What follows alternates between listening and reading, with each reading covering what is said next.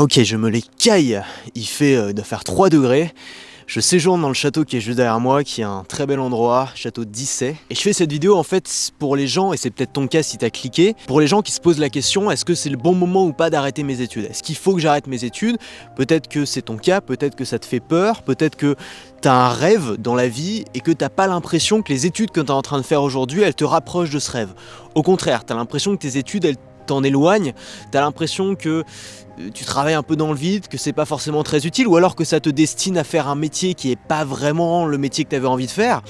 Peut-être que tu as démarré tes études pour faire plaisir à tes parents ou davantage sur les conseils d'autres personnes, mais que c'est pas vraiment connecté à toi, à tes envies profondes et à la personne que tu as envie de devenir. Et si c'est ton cas, écoute bien la suite de cette vidéo parce que c'est exactement ce que j'ai vécu. Quand, il y a 5 ans, j'ai pris la décision d'arrêter mes études en plein milieu de mon cursus. J'avais démarré une école de commerce et au bout de 3 ans, j'ai tout arrêté au lieu de continuer en master et je suis parti à l'autre bout du monde, je suis parti au Sri Lanka et j'ai commencé à me lancer sur internet, à créer ma boîte, à faire des vidéos quotidiennes, à vendre mes premières formations. Et aujourd'hui, ça fait 5 ans que je gagne ma vie grâce à ça. Ça a complètement changé ma vie et jamais je regretterai cette décision. La seule chose que je regrette, c'est de ne pas avoir arrêté plus tôt. Maintenant, ça ne veut pas dire que c'est forcément ce que tu dois faire et je voudrais que tu sois attentif à 3 signes qui vont t'aider à savoir si oui ou non c'est le bon moment pour arrêter tes études. Et je sais que c'est une grosse décision, je sais que c'est une décision qui peut faire peur et mon avis dans cette vidéo, il va pas être tranché. Je vais pas te dire à la fin arrête tes études ou n'arrête pas tes études. C'est une décision que tu vas prendre par toi-même et c'est très bien parce que c'est le premier pas vers une vie de responsabilité et plus une vie où on fait ce qu'on nous demande et on attend qu'on nous donne la permission. Le premier signe que c'est peut-être le moment d'arrêter ses études, c'est quand tu réalises que tes études ne te permettront jamais de faire quelque chose qui te plaît. Prenons un exemple tout simple, tu démarres des études de médecine parce que tes parents ils t'ont mis la pression et parce que tu t'es dit ok c'est un bon métier et tu te rends compte que c'est très difficile, que ça t'intéresse pas particulièrement et que finalement tu ne te vois pas faire ce métier là. À ce moment là tu peux te poser la question, oui mais j'ai déjà commencé à travailler pour ça, j'ai déjà fait plusieurs années, mais c'est quoi l'objectif en fait? C'est de gâcher encore 5 ans, 6 ans, 7 ans de plus dans des études qui sont pas pour toi, pour faire un métier qui est pas pour toi et pour passer ensuite le restant de ta vie à faire quelque chose qui t'intéresse pas et qui te rend malheureux. Donc c'est pas parce qu'on a déjà passé du temps à s'engager dans quelque chose que c'est forcément du gâchis d'arrêter. Au contraire, si tu sais que c'est pas pour toi, s'arrêter maintenant, ça va permettre de limiter les pertes, de limiter la casse. Parfois, on a des attentes par rapport à des études, notamment je pense aux gens qui rejoignent des écoles privées. Moi j'ai fait une école de commerce par exemple, et il faut comprendre que ces écoles-là, c'est pas gratuit, c'est des entreprises, elles gagnent de l'argent grâce à leurs élèves sont leurs clients. Et donc le rôle de ces écoles-là, c'est de faire du marketing finalement. Exactement comme une marque de chewing-gum essaye de te faire croire que leur chewing-gum c'est les meilleurs, les écoles vont essayer de te faire croire que leur cursus c'est le meilleur et parfois on se rend compte que la réalité est pas aussi dorée et pas aussi rose que le rêve marketing qu'on nous a vendu. Parfois on se lance aussi dans les études et on se pose la question de où est-ce que ça va nous mener. Par exemple, on est quelqu'un de très créatif, alors on décide de se lancer dans les beaux-arts, on apprend la sculpture, on apprend la peinture, l'histoire de l'art et puis on se dit c'est bien tout ça, mais à quoi est-ce que ça va me mener? Comment est-ce que derrière, je vais pouvoir avoir un métier et gagner de l'argent avec ça? Et si ces doutes sont de plus en plus prononcés, il faut se poser la question, est-ce que j'ai pas d'autres alternatives? Par exemple, il faut savoir, si tu es quelqu'un de créatif, que énormément de professionnels du web, moi le premier, ont besoin de s'entourer de personnes créatives. Ils ont besoin de graphistes, ils ont besoin de monteurs vidéo, ils ont besoin de copywriters, ils ont besoin de web designers. Moi, si j'ai besoin demain d'un graphiste ou d'un monteur vidéo, je vais pas chercher quelqu'un qui a un diplôme, j'en ai rien à faire. Je vais regarder seulement 2 choses, c'est ta réputation et tes projets précédents.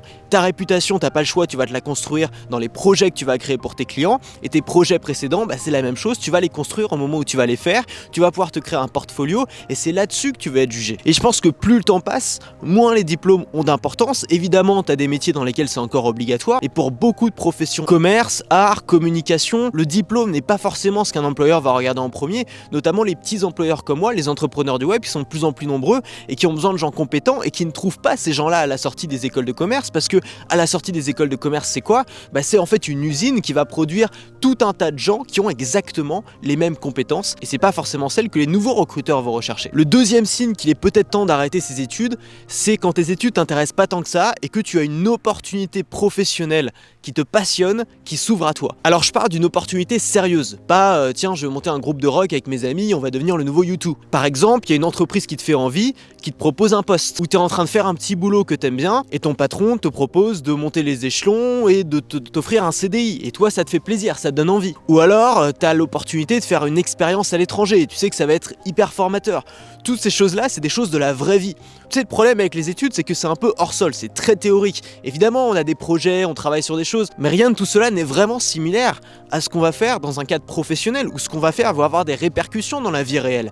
Et donc tous les projets que tu vas faire, les vrais projets, les projets qui vont servir à apporter de la valeur à d'autres gens, pour lesquels tu vas être rémunéré, tous ces projets-là, c'est de l'éducation. Et c'est de l'éducation qui a autant, voire dans certains cas beaucoup plus de valeur, que les études extrêmement théoriques que tu peux faire. L'idée, c'est de sortir de l'engrenage écolier, étudiant, salarié, retraité. C'est un engrenage maléfique dans lequel on est sans arrêt en train d'attendre que les autres viennent vers nous, en train d'attendre la permission. Le problème quand on reste dans ce cercle, c'est qu'on ne construit pas ces compétences singulières, les compétences qui vont nous démarquer de la masse, qui vont faire de nous un profil intéressant, un profil qui répond spécifiquement aux besoins de certains professionnels ou aux besoins de certains clients si tu es entrepreneur. L'idée, c'est d'apprendre à construire sa valeur personnelle, de dire ok, voilà quelle valeur est-ce que je peux créer pour la société et voilà mon plan pour la construire. Et ça, parfois, ça passe par autre chose que simplement des études, c'est-à-dire l'usine à employer. Le troisième signe qu'il est temps d'arrêter ses études, c'est quand ton rêve, c'est de devenir entrepreneur.